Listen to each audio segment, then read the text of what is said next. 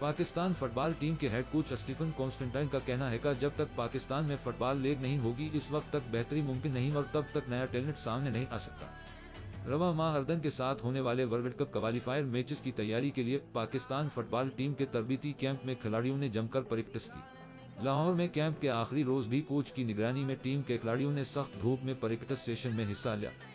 इस मौके पर मीडिया से गुफ्तगू में पाकिस्तान फुटबॉल टीम के हेड कोच स्टीफन कॉन्स्टेंटाइन का कहना था कि पाकिस्तान में जब तक मुसलसल फुटबॉल लीग नहीं होगी इस वक्त तक बेहतरी मुमकिन नहीं और तब तक नया टैलेंट सामने आ सकता। पाकिस्तान में 5000 फुटबॉल क्लब रजिस्टर्ड हैं, इतने तो बरतानिया में रजिस्टर्ड नहीं।